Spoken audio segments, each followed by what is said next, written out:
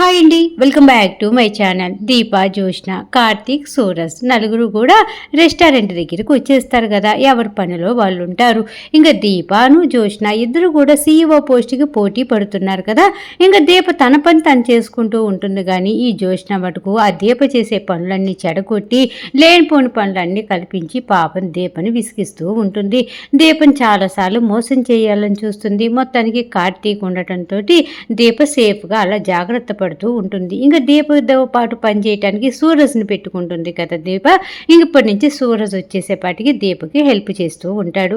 ఇంకా అందరూ రెస్టారెంట్కి వచ్చేసారు కదా. అప్పుడే కార్తీక్ అంటాడు, వర్క్ బాగా చెయ్యాలి అంటే ఫ్రెష్గా వేడిగా మంచిగా ఒక స్ట్రాంగ్ కాఫీ తాగేసామనుకో ఇంకా వర్క్ స్టార్ట్ చేసుకోవచ్చు అనేసి కాఫీ తాగొస్తా అనేసి దీపకి అర్థం అవ్వటం కోసం అలా అరుస్తూ ఉంటాడు. అప్పుడే జ్యోష్న అనుకుంటూ ఉంటుంది, బావా నువ్వు ఎవరి కోసం అంత గట్టిగా అరుస్తున్నావో నాకు అర్థమైంది అనేసి ఊరి చూస్తూ ఉంటుందన్నమాట. ఇంకా ఈలోపే దీప ఉండి, సూరజ్ గారు నేను కూడా కాఫీ తాగేసి వస్తాను అని చెప్పేసి దీప కూడా అక్కడి నుంచి వెళ్ళిపోతుంది. ఇంకా అప్పుడే జ్యోష్న అనుకుంటూ ఉంటుంది, వీళ్ళు కాఫీ తాగే దాని మీద పెట్టినటువంటి శ్రద్ధ రెస్టారెంట్ల మీద పెడితే చాలా బాగుండేది అని చెప్పేసి ఇంకా జ్యోష్న అనుకుంటూ ఉంటే అప్పుడే సూరజ్ అంటాడనమాట, మరి కాఫీ తాగుతూ కూడా ఆలోచించవచ్చు, ఎందుకంటే మనం చేసే బిజినెస్సే ఫుడ్ బిజినెస్ కదా. కాబట్టి వేడివేడిగా కాఫీ తాగుతూ ఉన్నా కూడా చాలా ఐడియాలు వచ్చే అవకాశం ఉంది కదా. వాళ్ళేదో కాఫీ తాగటానికి వెళ్ళారని మీరెందుకు అలా కుళ్ళుకుంటున్నారు అనేసి సూరజ్ జ్యోష్నతో అంటూ ఉంటే జ్యోష్న అంటుంది, ఎవరికి అంత అవసరం లేదు, అసలు వాళ్ళ గురించి అలా ఆలోచించాల్సిన అవసరం నాకేముంది అనేసి జ్యోష్న అంటుంది. ఇంకా జ్యోష్న తన వరకు తను చేసుకుంటూ ఉంటే సూరజ్ ఇటు దీప పక్కన స్టూల్ వేసుకొని కూర్చొని ఉంటాడు కదా కుర్చీలో. అక్కడి నుంచి జ్యోష్నని అలాగే చూస్తూ ఉంటాడు. ఇంకా జ్యోష్న చాలాసార్లు సూరజ్ని గమనించి వీడేంటి నా వైపు కన్ను ఆర్పకుండా చూస్తున్నాడు అని చెప్పేసి ఏంటి అలా చూస్తున్నావేంటి, మా ఆఫీస్లో ఎవరైనా సరే ఆడవాళ్ళ జోలికి వచ్చినా ఆడవాళ్ళ దగ్గర మిస్బిహేవియర్ చేసినా మామూలుగా ఉండదు, అయినా నువ్వు అలా చూస్తున్నావేంటి నా వైపు అనేసి అనగానే హలో జ్యోష్న మేడం, నేను నీ వైపు చూడట్లేదు, నీ వెనకాల ఉన్నటువంటి క్లాక్ వైపు చూస్తున్నాను అని చెప్పేసి సూరజ్ అటు ఇటుగా మాట్లాడి మొత్తానికి జ్యోష్నకి కోపం తెప్పించే పని చేస్తూ ఉంటాడు. వీళ్ళిద్దరు క్యాబిన్లో ఇలా మాట్లాడుకుంటూ ఉంటే మన కాఫీ లవర్స్ ఉన్నారు కదా కార్తీక్, దీప, వీళ్ళిద్దరు కూడా కాఫీ తాగుతూ ఇంకా ఇంట్లో జరిగినటువంటి దాని గురించి అంటే దక్షిణామూర్తి శివనారాయణ ఫస్ట్ వాళ్ళు మంచి గుడ్ ఫ్రెండ్స్ కదా, ఆ తర్వాత వచ్చి విడిపోవటము గొడవలు అవ్వటము, ఇంకా అలాగే వచ్చేసేపాటికి వీళ్ళంతా గొడవల గురించి శివనారాయణ గారు చెప్తారు కదా. అప్పుడే దీప అంటూ ఉంటుంది, దక్షిణామూర్తి తాతయ్య గురించి చెప్పారు, అలాగే అమ్మమ్మ చనిపోయిన విషయం కూడా చెప్పారు, ఇంకా అలాగే అమ్మకి ఏమైనా అన్నలు కానీ తమ్ముళ్ళు కానీ ఉండుంటారా బావా అనేసి అనగాని నాకైనా ఏం తెలుసు, పొద్దున్న తాతయ్య చెప్పబట్టే కదా ఆ హిస్టరీ అంతా తెలిసింది, కాకపోతే మనకు తెలిసింది ఒకటి, దక్షిణామూర్తి తాతయ్య వ్యక్తిపరంగా అంత మంచివాడు కాదు అనేసి అయితే మనకు అర్థమైంది, మిగతాదేది కూడా మనకు తెలియదు కదా, ఏదైనా సరే శివనారాయణ తాతగారు చెప్తేనే కదా మనకు అర్థమైంది అనేసి వాళ్ళు మాట్లాడుకుంటూ ఉంటారు. ఇంకా జ్యోష్ణ గురించి సూరజ్ గురించి ఇంకా అప్పుడే కార్తీక్ చెప్తూ ఉంటాడు, ఇంకా సూరజ్ వచ్చాడు కాబట్టి నీకైతే ప్రస్తుతానికి ఇబ్బంది లేదు, ఆ జ్యోష్న ఏం చేసినా కూడా సూరజ్ ఉన్నాడు కాబట్టి ప్రస్తుతానికి మనకి ఇబ్బంది లేదు, మరదలా త్వరగా కాఫీ తాగు, లేదంటే ఆ పెద్ద మేడం ముందు చూసావు కుళ్ళుకుంటుంది కోప్పడుతుంది అనేసి అనగాని దీప కూడా గబగబా కాఫీ తాగేసి కార్తీక్తో పాటు అక్కడికి నుంచి వెళ్ళిపోతుందన్నమాట. ఇంకా ఎవరి వర్కులు వాళ్ళు చేసుకుంటూ ఉంటారు కదా.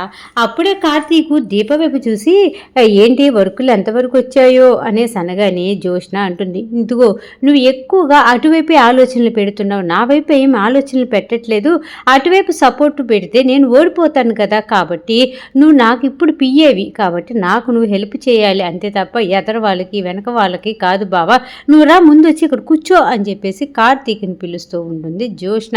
ఇంకా అప్పుడే సూరజ్ దీపకి ఐడియాలు ఇస్తూ ఉంటాడు, మేడం పెద్ద ఆర్డర్స్ చిన్న ఆర్డర్స్ అని మనం కూర్చోకూడదు, వచ్చిన ఆర్డర్స్ చేస్తూ ఉంటేనే మనకి ఒకదాని తర్వాత ఒకటి ఆర్డర్స్ వస్తూ ఉంటాయి, చిన్నది ఆర్డర్ ఇచ్చిన వాళ్ళు రేపు ఏదైనా పెద్దది ఇవ్వాలి అన్నా కూడా అప్పుడు మనం తీసుకుని ఉన్నాం, వాళ్ళు ఇచ్చిన ఆర్డర్ బాగుంది, వాళ్ళు ఇచ్చిన ఐటమ్స్ కూడా బాగున్నాయి అని చెప్పేసి ఇంకా కూడా మనకి పెద్దవి వస్తూ ఉంటాయి, కాబట్టి చిన్నవే కదా అనేసి ఆర్డర్స్ క్యాన్సిల్ చేయొద్దు, అవి తీసుకుందాం, అందుకే నేను ఓకే చేశాను అనేసి సూరజ్ చెప్తూ ఉంటాడనమాట. ఆ సూరజ్ చెప్పే మాటలకి కార్తీక్ అంటూ ఉంటాడు, భలే ఐడియా వేశారు, ఏదైనా కానీ చిన్నదాని నుంచే కదా పెద్దదానికి వెళ్ళాల్సింది, కాబట్టి చిన్నది పెద్దది అనే తారతమ్యాలు మీరు చూసుకోవద్దు.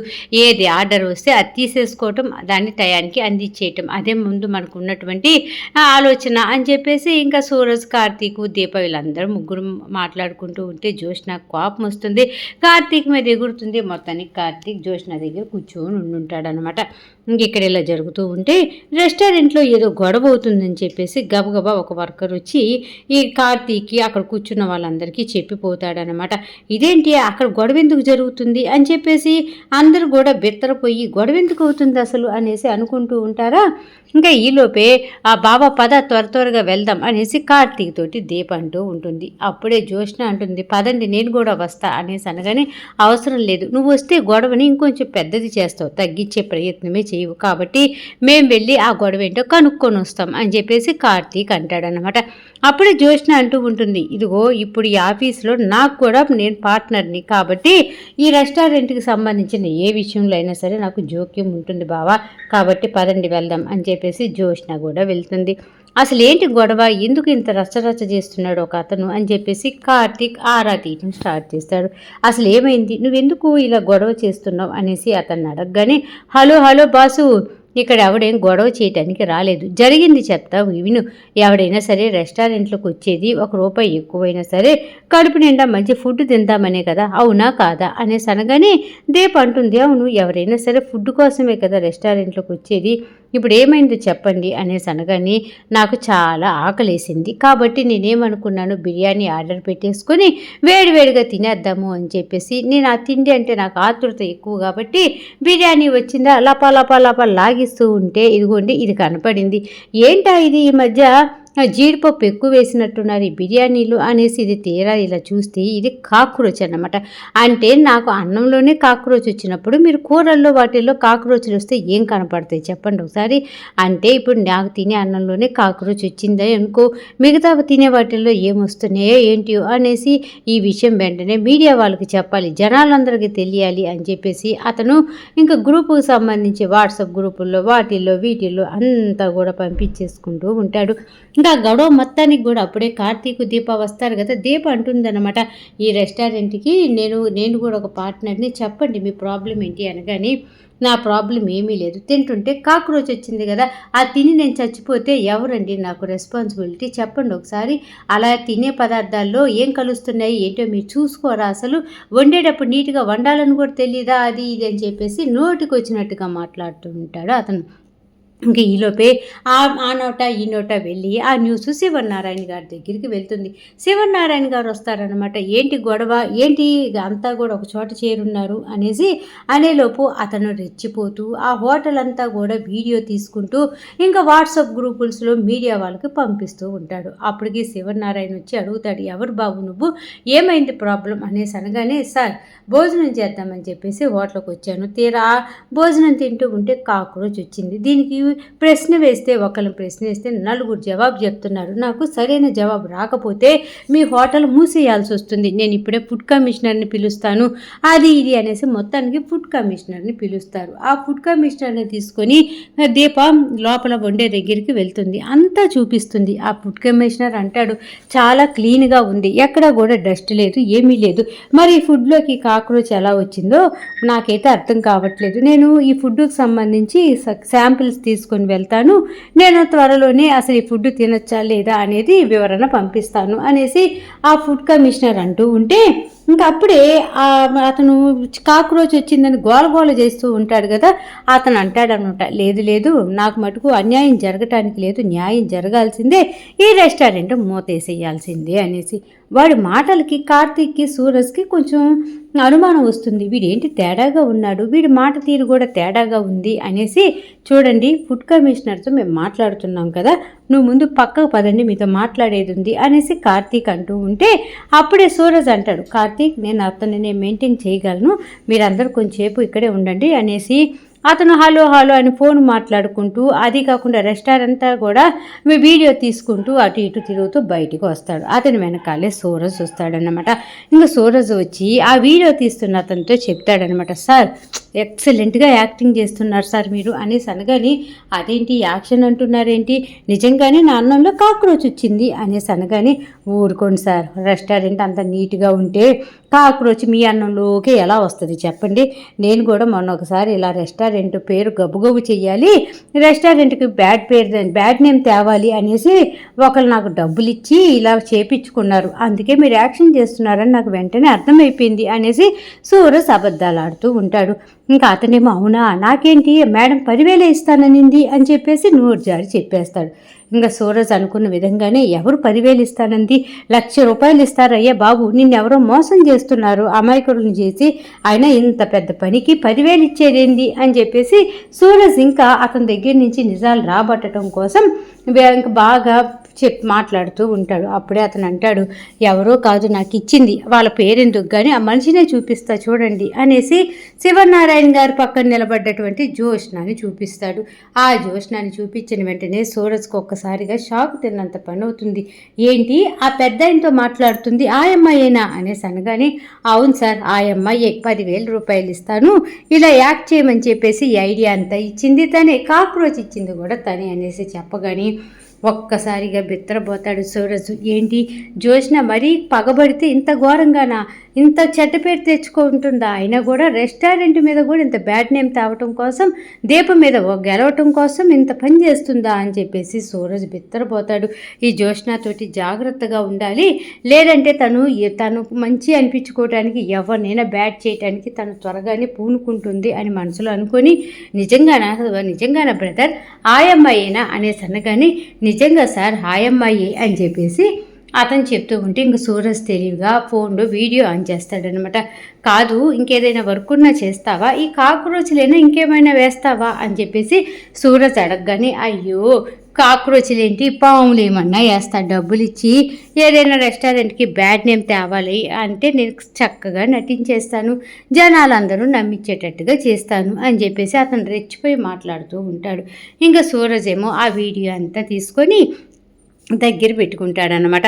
ఇంకా అతను గోల చేసే అతను లోపలికి వెళ్తాడు కదా, అప్పుడే శివనారాయణ గారు అంటూ ఉంటారు, సరే బాబు నీతో మాట్లాడారా, ఇంకా నువ్వు ఓకేనా అనగాని, ఏంటి ఓకే, ఈ రెస్టారెంట్ కూడా ఏం బాగోలేదు, అంత దుమ్ముగా ఉంది, ఎక్కడ చూసినా చెత్తగా ఉంది ఫ్రెండ్స్, ఈ రెస్టారెంట్కి అసలు రామాకండి ఫ్రెండ్స్ అనేసి ఏదో వీడియో తీసుకుంటూ ఉంటాడు. ఈలోపే సూరజ్ వస్తాడు. సూరజ్ వచ్చి ఇదంతా పని చేయమనింది ఎవరో నాకు తెలిసిపోయింది, అతనికి డబ్బులు ఇచ్చి మరీ ఈ పని చేయించారు అనేసి చెప్పగానే ఒక్కసారిగా షాక్ అయిపోతారు అక్కడ ఉన్న వాళ్ళందరూ కూడా. కార్తీకు ఎవరు సూరజ్ ఎవరు అనేసి సైగ చేస్తూ ఉంటే ఇంకేముంది జోష్న వైపు చూపించేస్తాడు సూరజ్. అది ఏంటి జోష్నానా అనేసి కార్తీక్ అనగానే, అవును బ్రదర్ అన్నట్టుగా సూరజ్ తల ఊపుతాడు.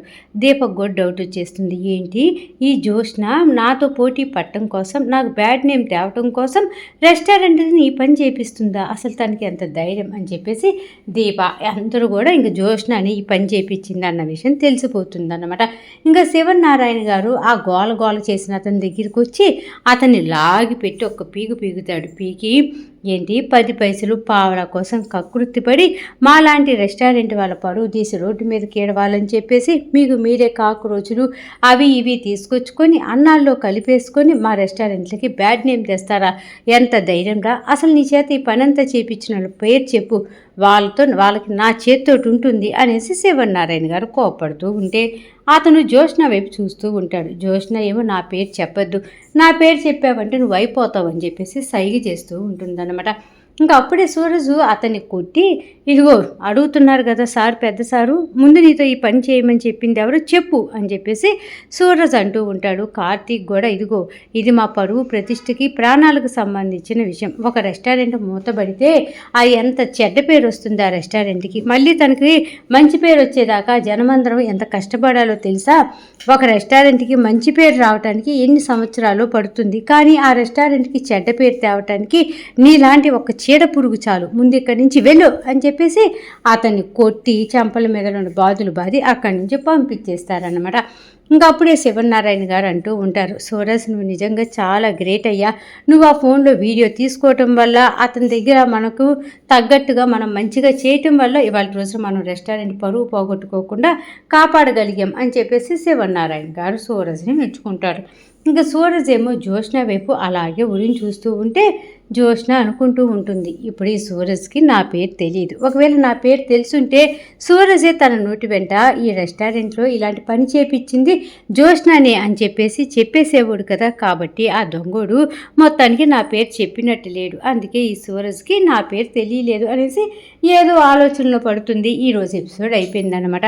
మొత్తానికి సీరియల్ బాగుంది, చక్కగా ఉంది, అర్థమైంది అనుకుంటే మర్చిపోకుండా నా ఛానల్ని లైక్ చేయండి, షేర్ చేయండి, సబ్స్క్రైబ్ చేసుకోండి. కింద బెల్ సింబల్ ఉంటుంది కదా, దాన్ని గట్టిగా ఒక బాధేసేయండి. రేపటి ఎపిసోడ్లో మళ్ళీ కలుద్దాం. అంతవరకు ఉంటా మరి, బాయ్.